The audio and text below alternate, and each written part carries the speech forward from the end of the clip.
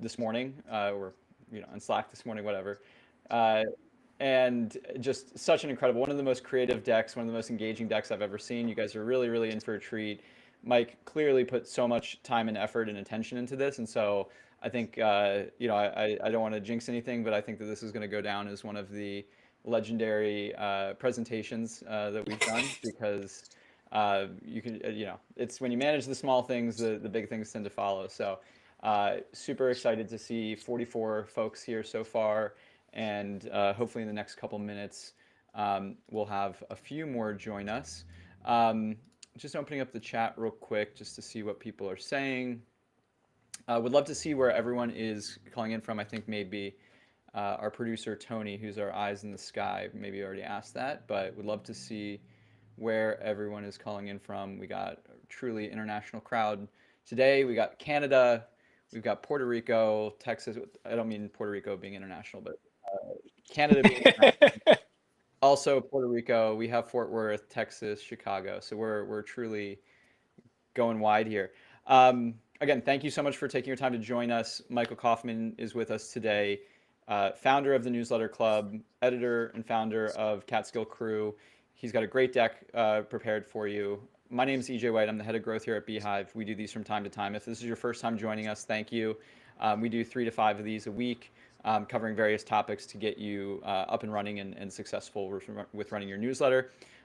Tony, if you will, he'll drop the link to our past webinars if you're interested in other topics like newsletter design and growth and deliverability. We have all of these recordings that are for your viewing enjoyment. This will be recorded. This will be sent to you. A link will be sent after the call with any of the resources that are mentioned by Mike and everything else. So don't worry if you have to step away. We will have the recording for you. We're also going to be leaving some time for Q&A at the end, but feel free to ask questions as you hear them as they come up. That'll allow us to kind of have little breaks in the conversation and allow Mike to answer some questions as we go.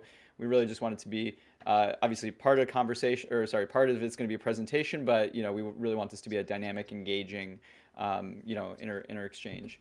So with that being said, we are 4 minutes past. It's plenty of time. We've increased by 50% since I started speaking, up to 60 people so far. Incredible turnout today. This is great. Without further ado, I'm going to pass it over to Mike to give his own introduction, anything that I missed, as well as kick off the presentation. Mike, take it away. What's up, everyone? Great to be here. I got my Crocs on. I'm in sport mode.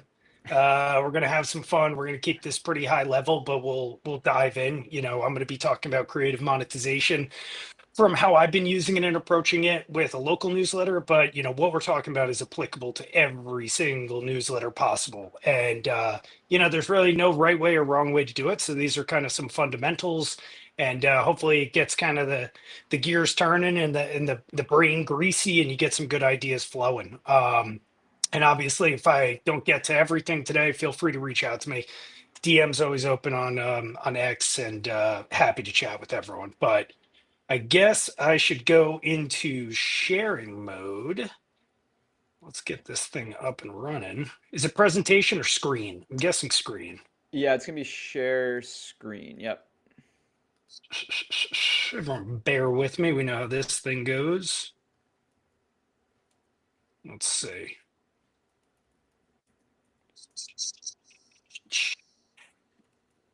All right. Share. There we go. You guys see that? Yes, sir. Excellent. Put some notes up on the side in case I lose my place. Let me pull those up. All right. I think I'm ready to rock. Let's do this thing. So, again, we're just talking about creative monetization here. We'll talk about what that means, how you could apply it, how you could be thinking about these things. But let's talk about who the hell I am. I've been building startups for about 15 years, stumbled into my first venture in college. I built a beverage company, learned a lot of hard lessons.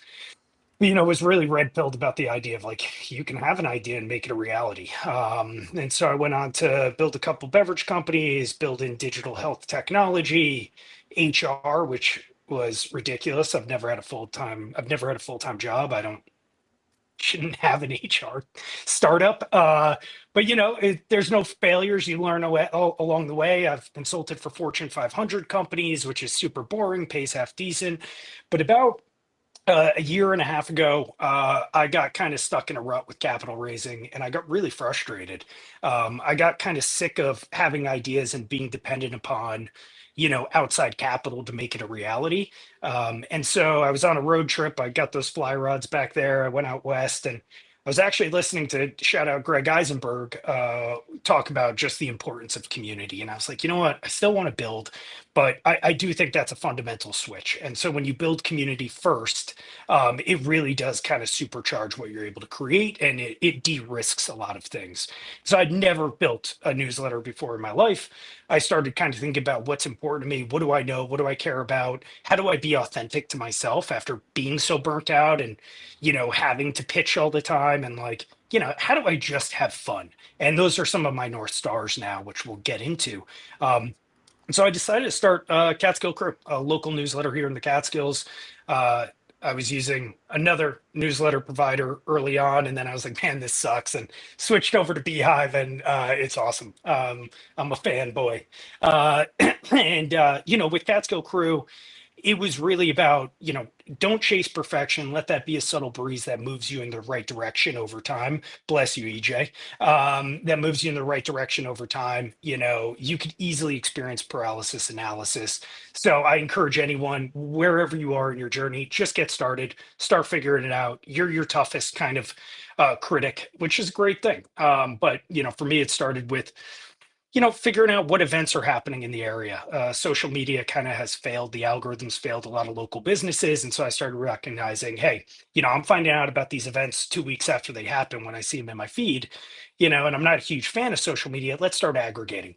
And then those content buckets from primary turned into secondary and tertiary. And it's become kind of a larger publication, still written all by me. And I'm taking this playbook in local and testing it out. Again, it works for every single niche. And so I've started 1-800 Fly Fish, kind of slow rolling that thing. Got it up and running, but you kind of got to plant seeds and then see where they take you. And through this journey, I started sharing publicly for the first time with my career, which is strange, but I've ended up launching the Newsletter Club, which is about 100 local newsletter creators. It's a paid community and it's a big family. We're all sharing tactics. We're all at different stages. Some people are just starting today. Some people are doing 6 figures. Some people have exited for 7 figures, but it's just a way to level up together and learn from one another. So let us continue on. All right. So first off, I always think of like revenue as a pie, and everyone loves pie. Fill in the blank for what's inside of that, and you know, a lot of people are just running one or two of these slices, and in my opinion, there's about 100 more slices that could fit in here. It is not about doing all of them at all. You may never touch some of these, but it's really about kind of thinking bigger and running your newsletter like it is a business. And again, you might launch with one of these. You might launch with none of these. I went a long time without monetizing. And we'll get into why I kind of ran my playbook like that. But, long term, you're going to have more than one revenue stream. And that's a good thing, right? That gives you more opportunity to monetize and actually add value. So let me just click through here. So really, I see it as two buckets. Let's see. There's really two buckets. So traditional monetization is what I call it. These are the ads, the sponsors, the affiliate links, the premium. People are crushing it with this, right? And they have created fine-tuned machines that are just shipping out ads left and right, doing cold, warm, hot outreach, and they're filling all their ad slots, and then they're coming up with more cadences, more newsletters per week to increase that inventory and fill those spots. Um, it's awesome. It's great to see. However, I never had an interest in doing that. I don't want to chase ads. I work with some advertisers here and there, but I say no to about 99% of the inbounds, and I do very little cold outreach unless I really love those folks. But I'm more about brand building and creating something that I see as premium. I always look at, if I was the subscriber, how would this make me feel being on the other end of this thing? So there's nothing wrong with running traditional, but creative monetization, in my opinion, is the most, most bang for the buck. Last month, I did about $57,000 in revenue with, a little under 20,000 subscribers. So that's without a single ad. Uh, and when you do think about traditional monetization, one thing I want to mention is there's people who are doing it right and there's people who are doing it really wrong, in my opinion. Um, and what you're seeing there is like, they will take money from anyone. They do not care. They'll fit as many ads as they could possibly fit in there. It looks like a GeoCities website. They'll take money from Herbalife. They'll take money from the devil. It doesn't make a difference. And it has nothing to do with their brand reputation. And so if you are thinking about creative monetization as the future, really nurture that. Be careful with, protecting that subscriber presence and how they feel about getting your email every week. You don't want to have a newsletter riddled with affiliate links. You don't want to be, basically pushing and prodding every subscriber to upgrade every single week. And, it's pretty subpar, lackluster rewards for paying up. They're going to be disappointed. They're going to be pissed off. They're going to cancel that. And they're probably never going to open your newsletter again. So no matter which way you go, be careful with how you execute this thing. So, yeah, for me, it's always been about creative monetization. I build businesses. If I can build this distribution vehicle, what else can I create off of it? I have all the patience in the world. I have all the time in the world. And so let's talk about time and patience, actually. I think there's really three fundamentals with creative monetization, in my opinion. And you can see those right there. So I think if you come out the gate on day one and you're slinging fistfuls of offers and maybe you just dumped a ton of capital into meta ads and you've gone from 0 to 15,000 subscribers in 2 days and you're like, all right, time to monetize this thing. Really doesn't matter if you're going traditional or if you're going creative. You have no reputation yet. So I think a lot of this comes down to understanding, people have no idea who you are. They don't care how big you are. Um, it's about building that trust, understanding who you are, what your voice is, what your brand is all about, what your content's all about, having the patience to get to know your audience. And once you really start to understand that, once you kind of have your jam and jelly all figured out, now it's about being your authentic self. You don't want to be a newsletter focused on pediatricians dropping like a streetwear line. I mean, maybe that'll crush. If someone's doing that, like, awesome, I want to hear about that. But try to be authentic. Try to have an idea that really resonates and stays true with that brand, with that voice, and everything along those lines. Don't try to force, a round peg through a square hole. It's not going to feel right. Subscribers are quite intelligent, of course, and they're going to pick up on that extremely quickly. Um, and then the final thing is get creative, like think outside the box, pay attention, listen. Uh, I think a lot of people are just, so many people have seen what I've done with the Catskillopoly board game, and they're just trying to thrust that into their community. Some people are going to crush that. Some people are going to do 6 figures, 7 figures off that. Others, it's going to fall flat on their face. So, have the patience, be creative, be open, to new ideas. And I think incredible things can happen. And it comes back again to patience. Don't be slinging ideas every single newsletter or asking for money. Jab, jab, hook. I think that's a Gary V saying. I think there's a lot of truth to that.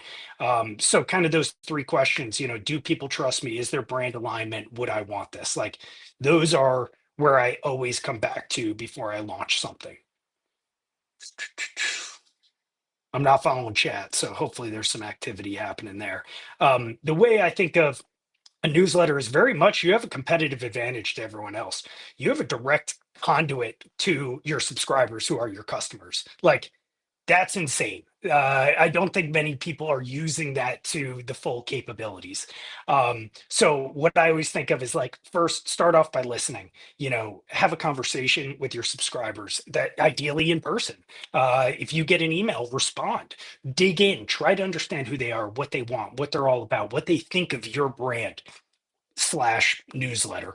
Um, I try to respond to every single conversation that comes my way, respond to every single poll result that comes my way. It's a lot of work, but I think through that, you start really kind of plotting these points, and those are very directional. And over time, they'll point you to where you're going. So screw bumping into rocks, build lighthouses. And in time, you'll start noticing clues for pain points. Those pain points are opportunities. Those opportunities are, where you're going to make your money, where you're going to provide value. And we'll talk about exactly what kind of products I've built, what kind of services and experiences I built. But again, kind of everyone's market is different. A local newsletter is radically different than a newsletter that's specifically focused on, UI UX designers from Fortune 100 companies. Another part here is I find a significant force multiplier is give subscribers control. We've been operating in this world of, as a subscriber, you're just consuming content. I try to flip the script. You're not just consuming content, you're participating in my entire newsletter. So I'm running polls. People are voting on the direction where things go. I am fielding ideas. If you have an idea on what we should add to Catskill Crew, like, let me know. And then people feel like they have some ownership in the future of this thing. They don't feel like they're blindly consumers. They have a voice and they are participants. And then finally, test everything. Don't make any guesses. The beauty is I don't do anything without running a poll or survey, or pre-selling products, because you don't have to. With the Catskillopoly boards, it was so sitting in Taos, New Mexico, and saw a Taosopoly board. It was terrible. It was all about businesses that I didn't know, didn't care about. And I was like, man, we could probably do this a little better. So I brought it to my subscribers. They voted for approval. It was like 96%, 97% approval. So I got to it. I had no idea what I was going to do. Experience is what you get after you need it. And I started ripping it. We ordered a couple samples, talked to a ton of manufacturers, found one that works. Great. And it sold out in 17 days or something like that. And it's incredible, and so everyone should be running it this way. Make sure you're listening, make sure they have a say, and make sure you're validating before you waste any time, money, and energy. You just simply don't have to. Cruising ahead here.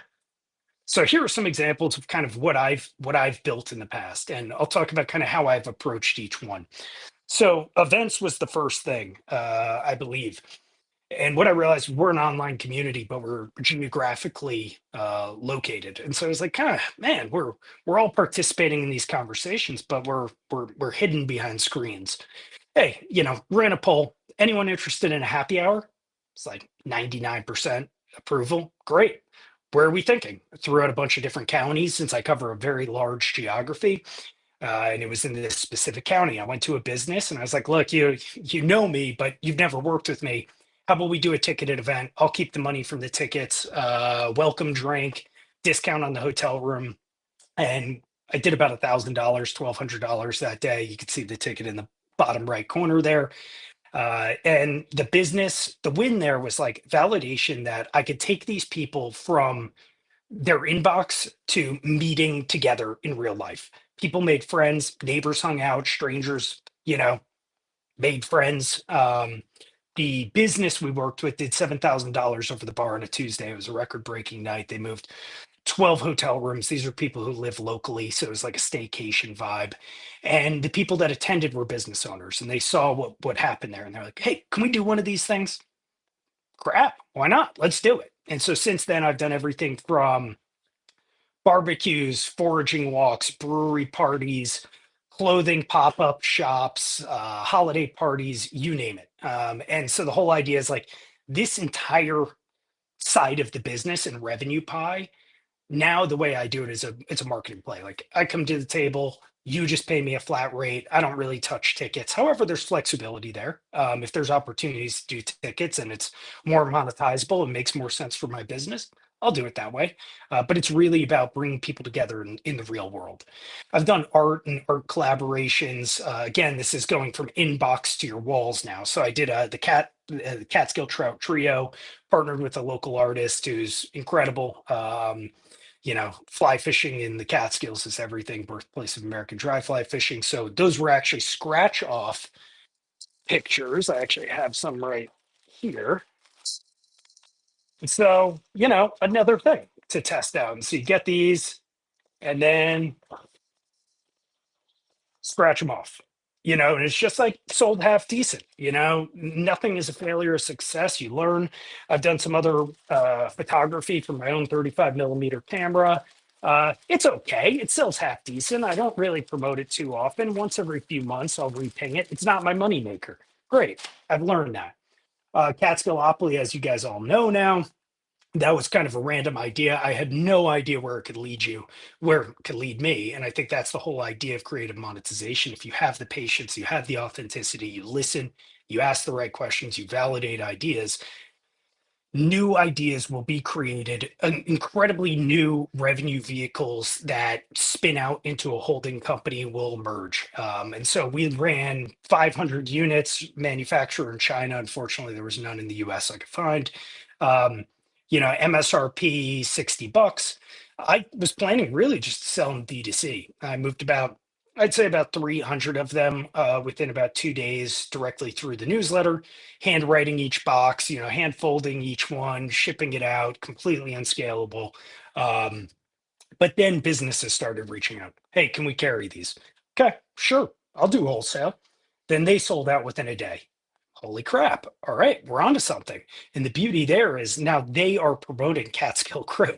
And again, we've gone from inbox into stores. We've gone from inbox into homes. And in my opinion, we'll get into kind of how I visualize or approach a personal holdco. But this is an entire kind of vehicle in and of itself, this arm, this tentacle that has now launched off of this platform that is a newsletter. Merch, look, if someone buys a hat with your logo of a newsletter on it, you've built a brand. Congratulations. Awesome job. Lean into that. And so I've done a bunch of merch from shirts, hats, hoodies. We have a new hat design that's coming about that's going to be designed through a competition. So that's, again, kind of giving my community a voice. So they are going to design what it looks like. They're going to vote on their favorite. And then we'll launch it, share it with the world. Discount cards, might have one of those somewhere here. But the idea there was I was pretty early on. And what I recognized was I wasn't running meta ads until way late in the game. I spent 8 months or something grinding it out to 3,000 subscribers. So I focused on how do I make other businesses with larger followings look bigger, or rather, how do I partner with them because they're bigger than me, and how will they promote me? So make them look good. And so I partnered on this discount card. Again, I asked my audience, "Do you guys want this thing? Would that be cool?" Well, vote got approved. All right, crap. What do you guys think we should price it at? They priced it. They approved it. And then I went out and I partnered with local businesses all over the place. And usually I have some of these laying around. Here's one. That cabinet's a mess. So discount card right there. Boom. Look, you might want to do this digitally. For me, I love the nostalgia factor. Uh, I've seen people launch these, they've fallen on their face. Let your community vote on it. Don't waste your time. So those are just some of the things that I've launched already. Moving on. So kind of next, I see this again from the very beginning as a vehicle for a personal holdco. I want to advertise what I own. It's always been that way. Will I work with some advertisers and go the traditional route? Hell yeah, of course. Why not? Especially if they reflect positively with my brand.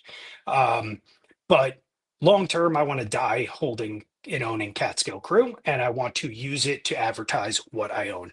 And so I'm always looking back to my subscribers, listening, giving them a voice, figuring out where I'm going to go. Constantly people are asking me, hey, where can we fly fish? Do you know any good guides? Well, I invested in a fly shop. I've heard from every single business out there that when I promote their business, they have a record-breaking day. Well, hell, I should own one of those businesses that I'm promoting and driving traffic to. So I'm currently in the process with a couple partners to acquire 2 commercial real estate spots. We have a couple ideas for what's going to go in there. I can't really pull back the curtain too much right now, but a few of those businesses from the OpCo, not the PropCo standpoint, I will be part owner of. Again, that's another opportunity to move my products in there to promote that. You just never know where these things are going to go.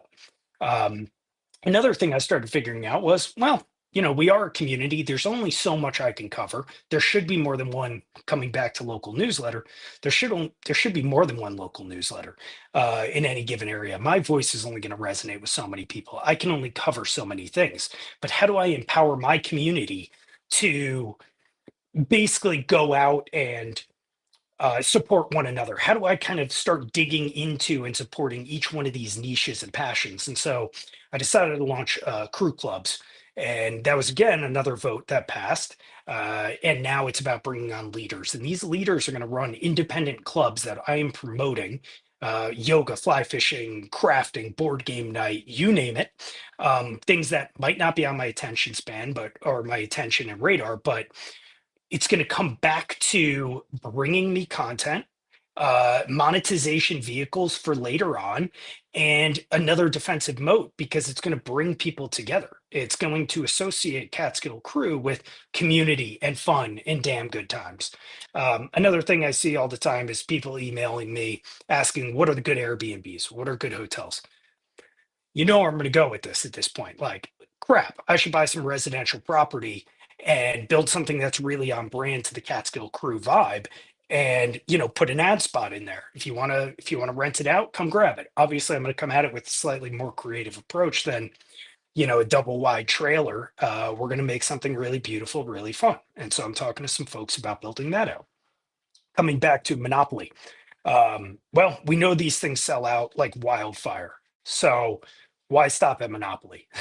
We're launching an R&D with my manufacturer for 3 other games. And, again, this is not even revenue that's being created off of the newsletter. It was the validation that, through creative monetization, spins out into this whole new trajectory.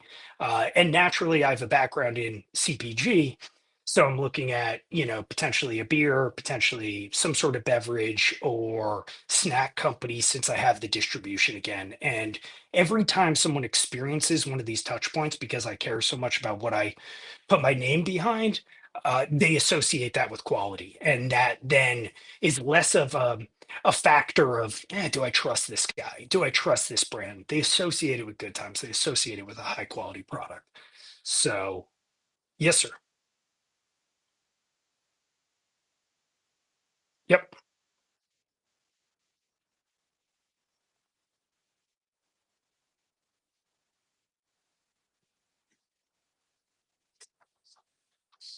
Yeah, I think from a broader, so the question was pretty much like, hey, dude, this is working for a local newsletter, but for something broader and more niche, I would love to hear what you're talking about building. The whole idea is every single newsletter has its own, every single niche, every single audience has its own opportunities for creative monetization. Now, when you go super broad, like pet owners, like you're talking people who have dogs, cats, guinea pigs, like, yeah, that's a little bit more challenging. Like, does the guy who has a dog and the person that has a ferret want the same things? Probably not. So there is some strong value around niching down. You can use your newsletter to niche down as well. So you could use that as kind of the, if you want to go more traditional business chat, like you can have your newsletter as top of the funnel. So we're going for all pet owners, millennial pet owners. Okay, well, now you can create these sub communities or sub newsletters and publications off of that, which they can subscribe to. So it's under the same brand, but you're launching a new newsletter for dogs and ferret owners. Does anyone have a ferret anymore?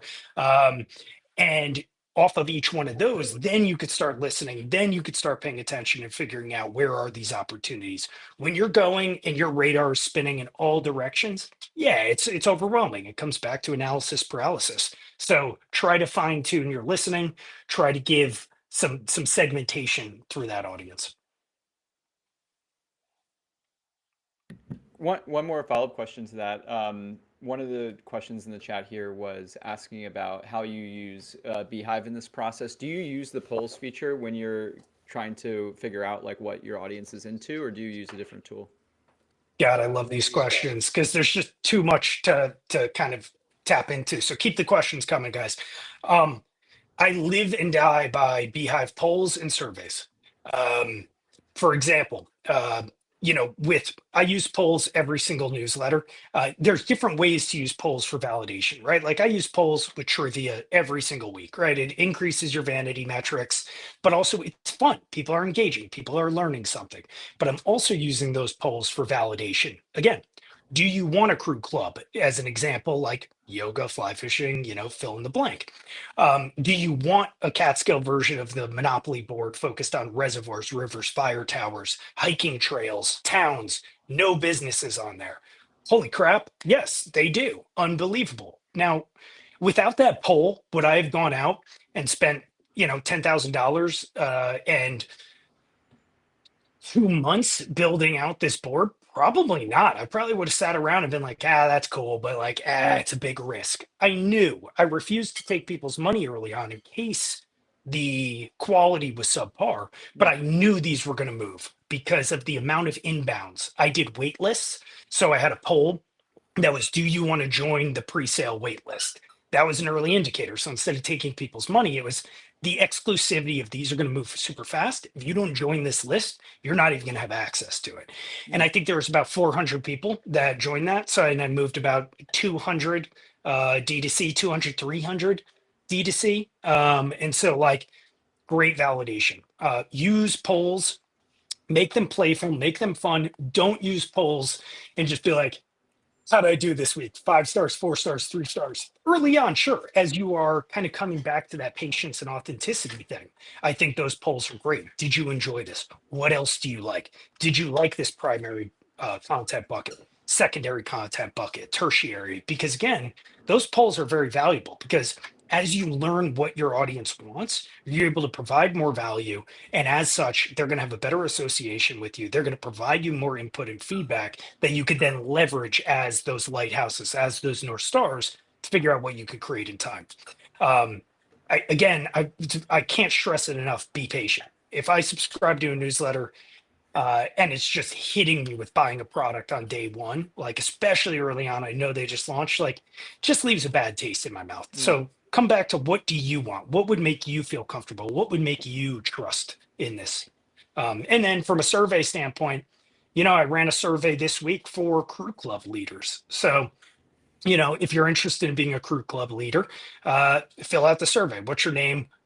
Do you own a business? Are you interested in running one or multiple meetups? And in what niche and what hobby and what passion? So, I think you should be using these. You should figure out the right way to use them, and that fits in with your overall goals. I mean,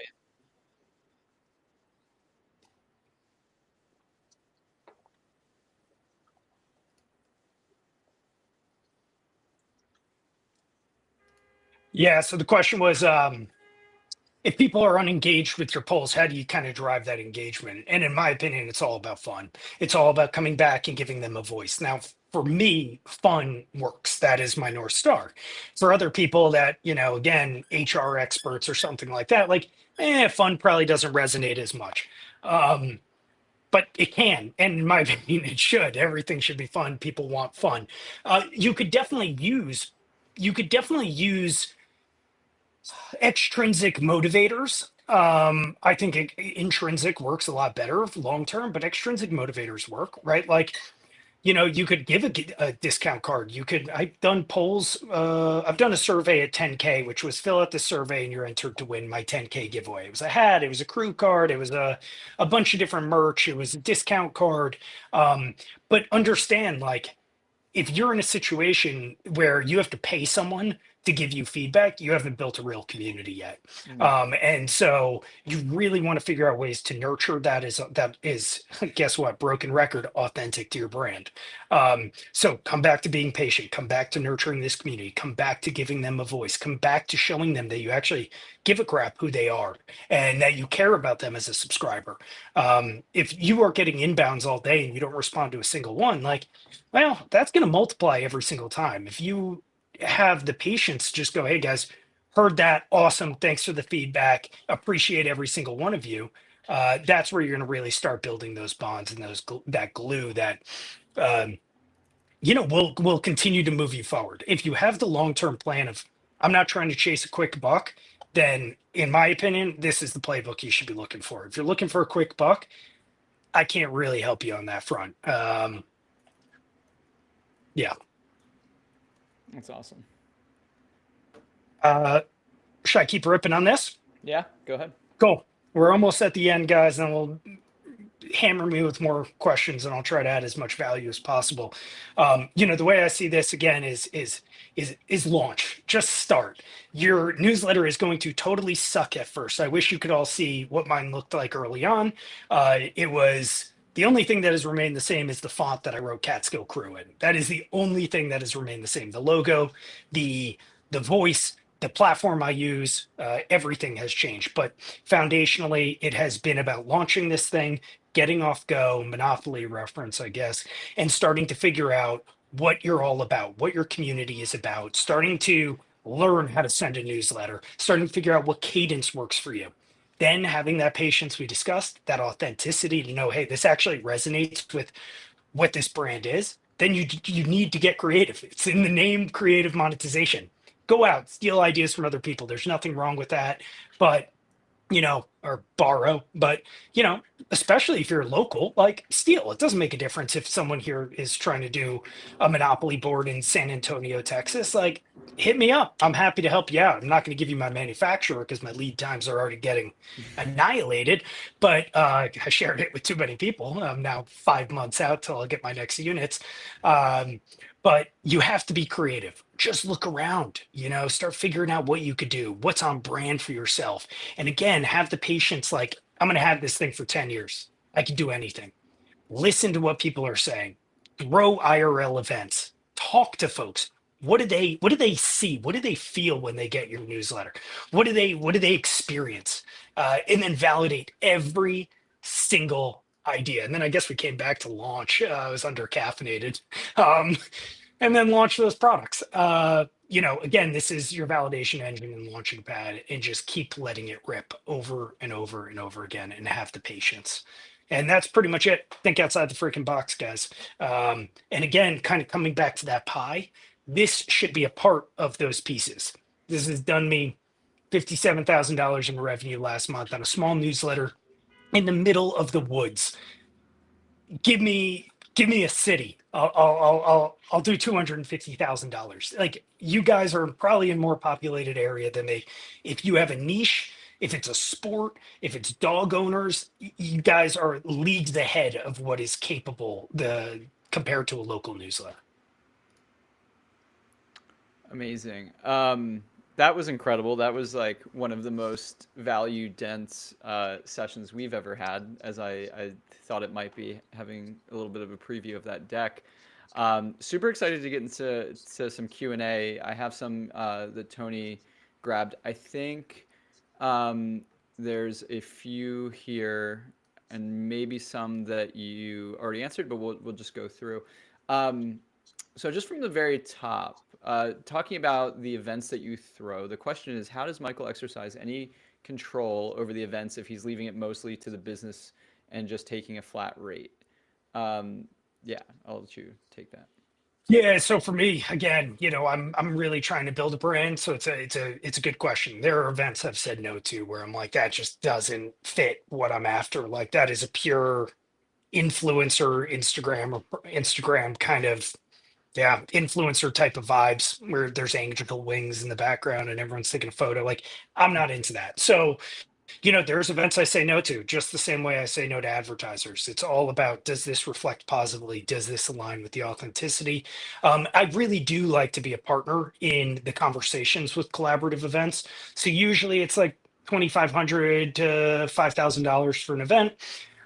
We're sitting down, we're talking about what are the goals, when do we want to do this, what do you think the subscribers would like and care about, but also how does that reflect and fit into the partner I'm working with.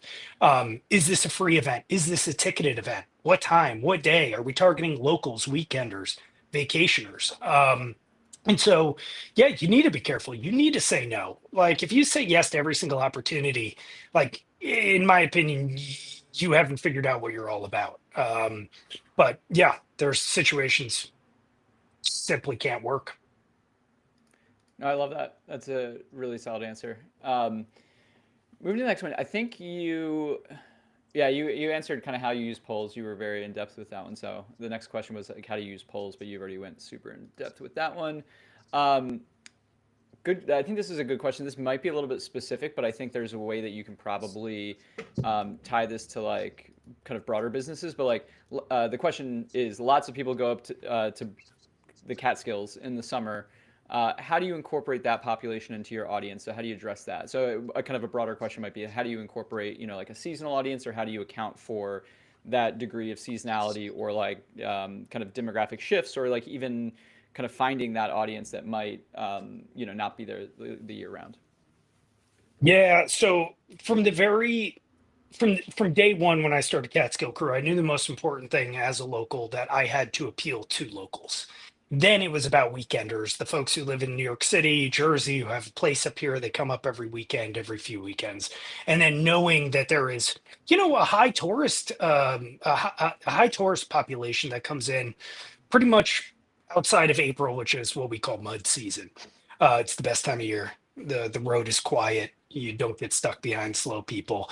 Um, and so it was first and foremost, how do I make sure that my voice in this content and this brand is attractive to those locals? And luckily, it is me. Everything from Catskill Crew is just me.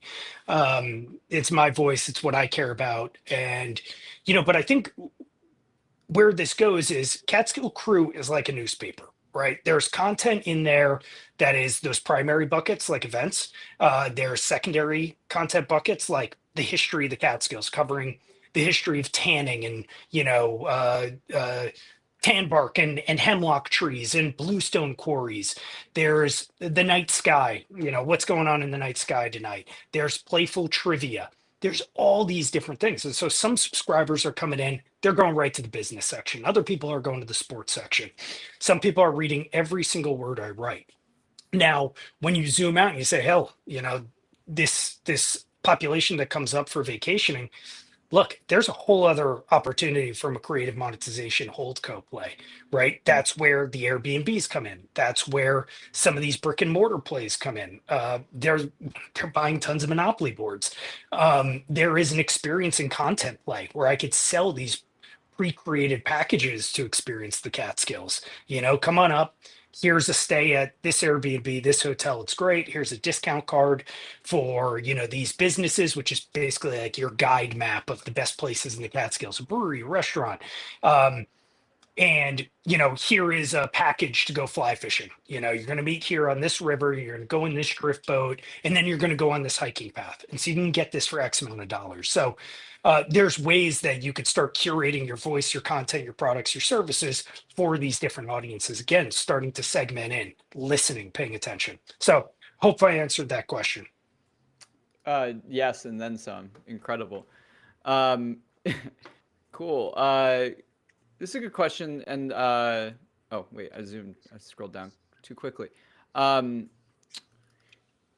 this is interesting. Do you use any outside data or like outside tools, to bring data into beehiiv that help you grow your audiences? Is it just purely kind of traditional newsletter means, like, or do you kind of have any growth hacks that you use? Again, I kind of started on day one. If I can't grow this thing organically, I can't grow it at all, and I need to validate it without paying. Mhm. And also, it's a little nerve-wracking to start pulling the trigger on ads when you have no money coming in. It doesn't Mhm. matter if you're a multi-billionaire. Like if you're looking at this thing from a business standpoint, like do people care about the content to begin with? Can they find you? And so, I pretty much spent.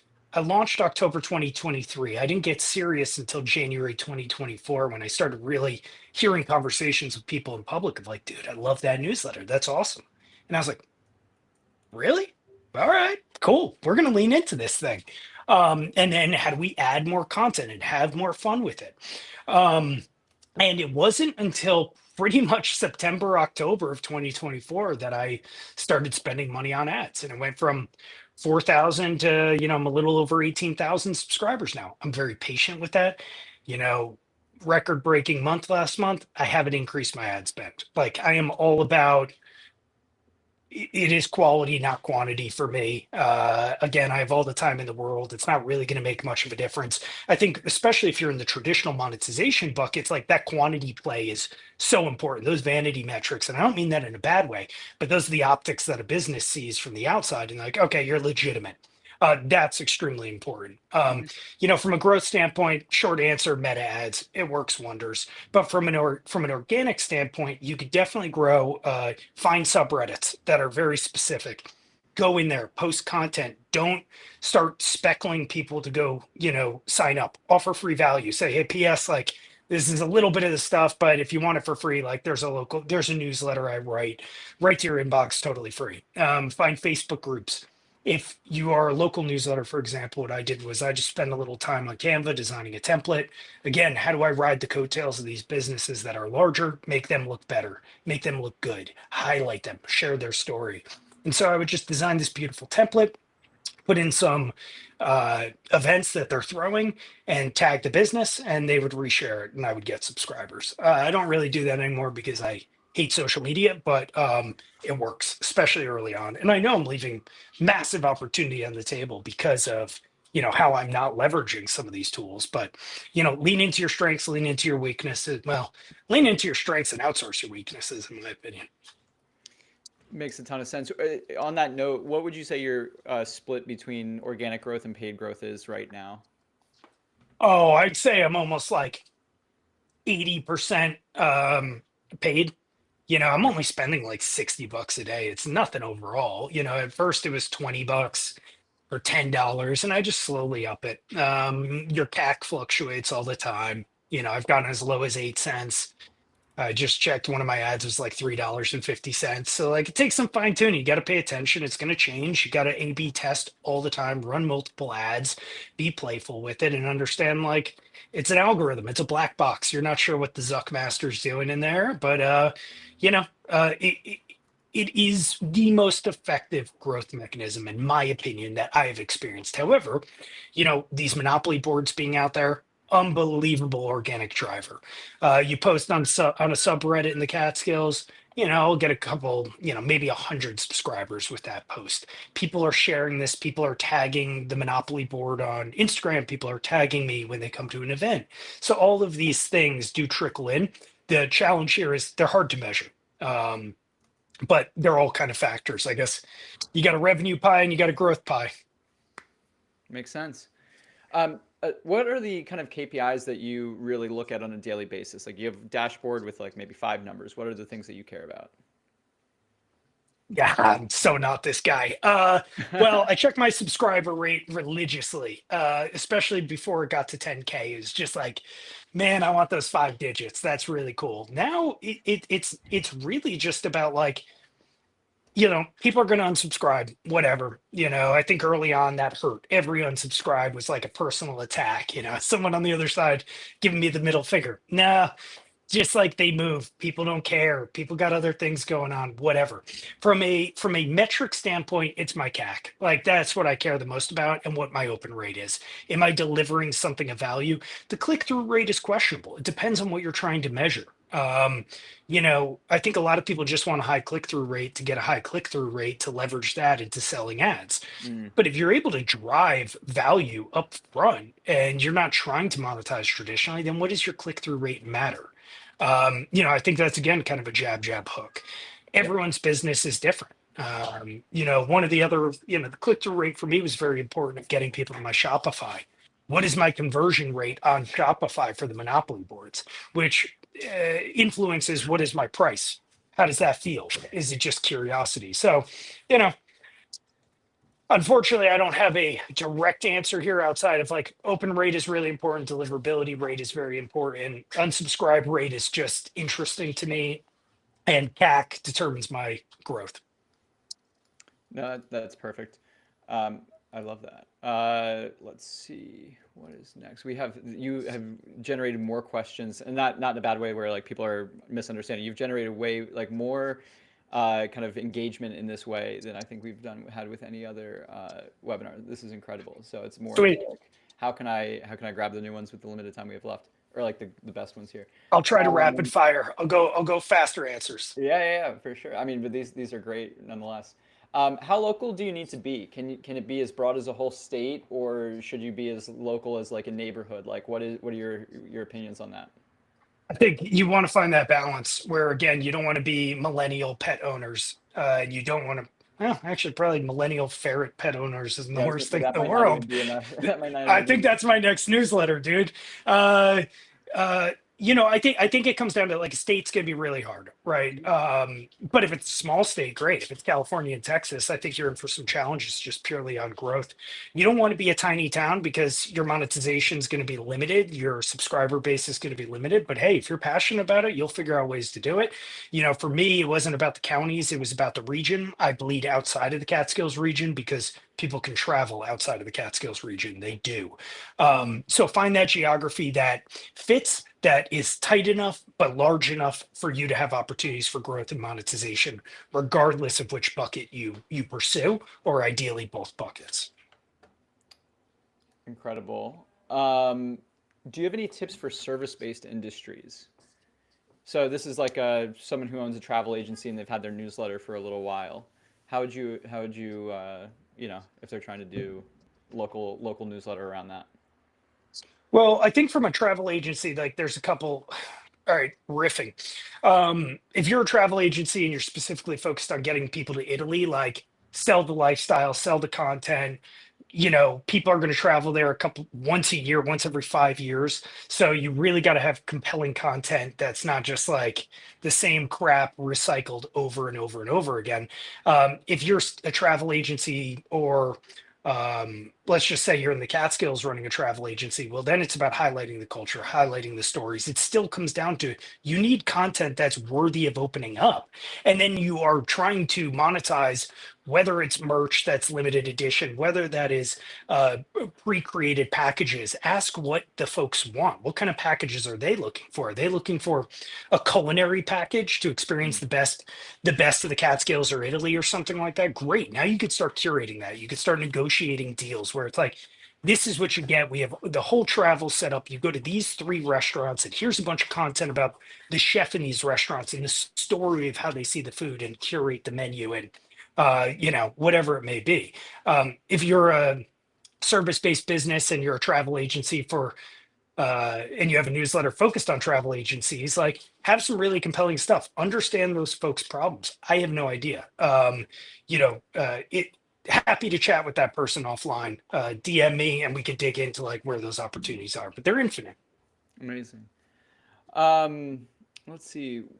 When would you say, like, is the right, we get this all the time, so this will be super valuable. When do you think the right time to start trying to monetize is? When you know what you're all about, when you know you have content that works. I think I took $100 from my barber when I had like 300 subscribers. And I was like, what do you feel about $100? And she was like, cool, in. Look, CPCs, CPMs, especially as you get niche, like, apply a multiplier to them. Like, there's more value than a traditional. There's, I run the newsletter club. There's 100 of us in there. None of us are operating off CPMs and CPCs because it's just inherently different. Have a conversation, figure out what works for these advertisers. And I'm talking about traditional monetization now, but go to them, say, hey, do you want to do $100 ad? Now you don't have that money. You know what? I'm going to give you $100 ad on the house. Get to leverage that data, show them the data, how effective it was. And guess what? A bunch of subscribers are business owners too. And they go, holy crap, Catskill Crew is advertising now. Like, man, we should probably advertise in here. You look bigger than you are. Not everyone knows what's happening behind the curtain. And again, you have a case study that you could then leverage later on. When you have a product and your customers understand, subscribers understand that they have a voice here and they have trust, then you could start saying, hey, are you guys interested in this thing? Like, I have this crazy idea. Are you interested in, like, XYZ? Yeah. Holy crap. All right. We're going to let this thing rip. We're going to have some fun. And if they say no, guess what? Don't just slip that under the rug. Be like, heard you loud and clear. We'll never talk about it again. Like, appreciate you all. Make sure, like, let's build together. Incredible. I'm sure that's going to be so useful for so many people. Uh, there's somebody here who is not a fan of social media. It looks like they Me only too. have, like, they're only using X right now. Um, I have some thoughts around this. The question is, which other social media, platforms do you find most helpful for growth? Like my advice is typically like, it doesn't really matter which ones you find helpful for growth. It matters which ones your customers are spending their time on. And so if your users are not on X, you're not going to have a good time trying to grow using X. If they're all on TikTok and you're on X, you're going to be missing out on them. Most of the time when we do like our kind of like more workshop based webinars, we really start with like this kind of foundational module where we're like, foundations, like pick your niche, know your audience. Like those are like the two things. You really need product market fit or content market fit before you really start to grow, which is something you kind of mentioned in a slightly different way a second ago. But in terms of like social media, you really have to just go where your customers are. Do you have any other advice aside from that? No, it's a necessary evil. Look, I have an Instagram account. I don't have a single photo on my account, right? Like, I'm not a huge fan of social media. The reason I'm not a, the inherent uh, disdain I have for social media was the reason why I started a newsletter. However, you have to play that game to some degree, right? Like, I know I'm leaving opportunity on the table. I just had a business reach out right before I got on here that basically invited me to a dinner party if I post, some content for them. It's like, I don't want to be that guy. I don't want to be that guy holding the phone as my burger comes out, getting 12 angles and telling everyone to step out of my light, And so, however, there's ways to do it authentically. Hey, buddy, no, dad's on a call.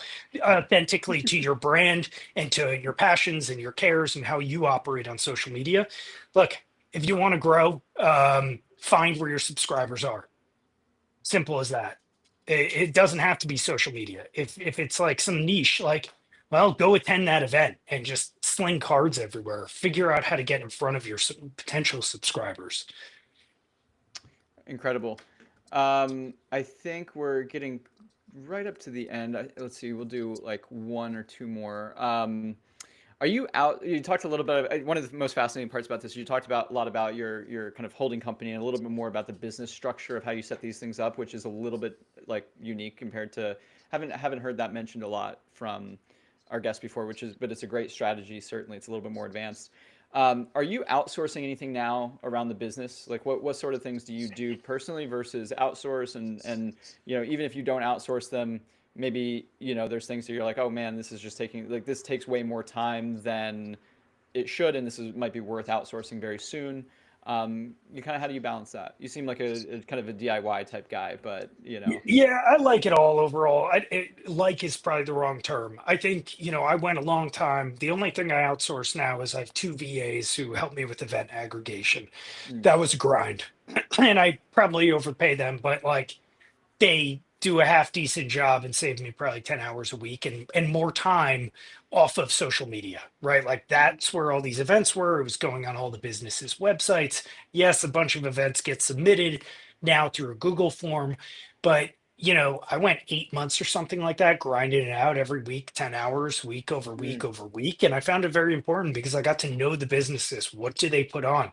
Do these events align with what Catskill Crew is? So now they just go in to Beehive as contributors. They pop in all the events, and I just go in and then I curate. Um, I also got a bookkeeper starting because I can't keep up now, which is a good problem to have. yeah. But for the most part, I really do love being hands-on. Nice. I was going to ask about the bookkeeping part because you started to shake your head a little bit when you say you do everything. But I found so one thing you talk to a lot of business owners, even if they are crazy enough to have an interest in like doing it themselves, it tends to be the first thing that they want to outsource. Um, Yeah, I mean, there's ways to optimize, right? And I'm not educated on that, right? Like, so I grinded it out dirty, and then it's like, all right, let's get QuickBooks going. All right, there's money coming in, quarterly sales tax. I don't know. I'm probably doing this wrong every time. Let's just hire someone who's an expert because what that allows me to do is focus on the creative, the fun, and it's very mm, freeing in my opinion. I know some people are just like, I don't want to spend that money. It's like, well, if you know it's going to give you some freedom, mhm. test it out for a month, test it out for 3 months. Say, I'm going to test it out for a quarter and see how it goes. I know it's going to unlock a lot of potential for me. Amazing. Um, cool. Let's see. Last question we'll cover. What would be like the one thing you would say to a user if they're like starting out from like a zero, for example? Um, kind of the one thing to get them from 0 to 1,000 or 0 to 100, just like the first thing getting started. Like what is your advice kind of for any of the folks who are just starting out to get them, keep them sticking with it? Yeah. Figure out what you give a shit about, because you're not going to stick with anything if you don't care. It's just a reality. Figure out what you actually care about. It's all going to be work. It's all going to be hard. It's going to be fun too. But make sure you care. It doesn't even have to be that you have this authentic voice. You may have no voice. You may have never written a word in your life. Hey, buddy. I'm in closing moments. Then start. Get on Beehive. Start putting out content. Make your friend, your mom, subscribe first. My mom was my first subscriber. No one else was a receiver. Then I just started sharing it, tagging businesses, figure out how to then grow it, figure out to validate. Do people actually like the content you're creating? Don't pay for subscribers early on. There's nothing wrong with that. But do people actually stick around? You don't have to pay for subscribers early on. Figure out if people care what you have to say. Then just start grinding out. Give your subscribers a voice. Ask them questions. Did they like this? What else do they want to see? It will help fine tune your vehicle, your content, your approach, your voice. Protect that brand at all costs, in my opinion. Your brand is also your newsletter. Make sure that people start associating that with quality, that you care.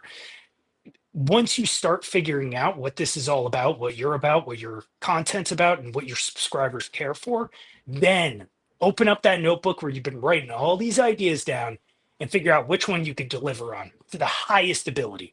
And I had no idea I could do a Monopoly board, but I was like, you know, I could probably figure it out. And I have trust I could figure it out. Ask them what they want, have conversations with these people, and just keep showing up every single cadence. Do not, the biggest thing I'll say actually is, do not say you're doing a daily newsletter and you haven't sent a newsletter. Start with once a week. Just start with once a week. The reason why so many people launch multiple cadences is because they've run out of inventory room. Um, and so they just need more ad space. And that's my advice. Just stick with it. Increase cadence if you need to. I've been running Tuesdays since day one, and I'm not changing that. Actually, it was Monday. Now I'm Tuesday. Incredible. Thank you so much, Michael, for your time today. I want to give you, just like everybody who's watching still, like, please give him a round of applause. This was incredible. Thank you so much on behalf of the beehiiv team. It's great to have your trust and to have, you know, you be part of this community. So thank you. I also want to give a quick thanks to Tony, who's been emceeing, or kind of the eyes in the sky up top.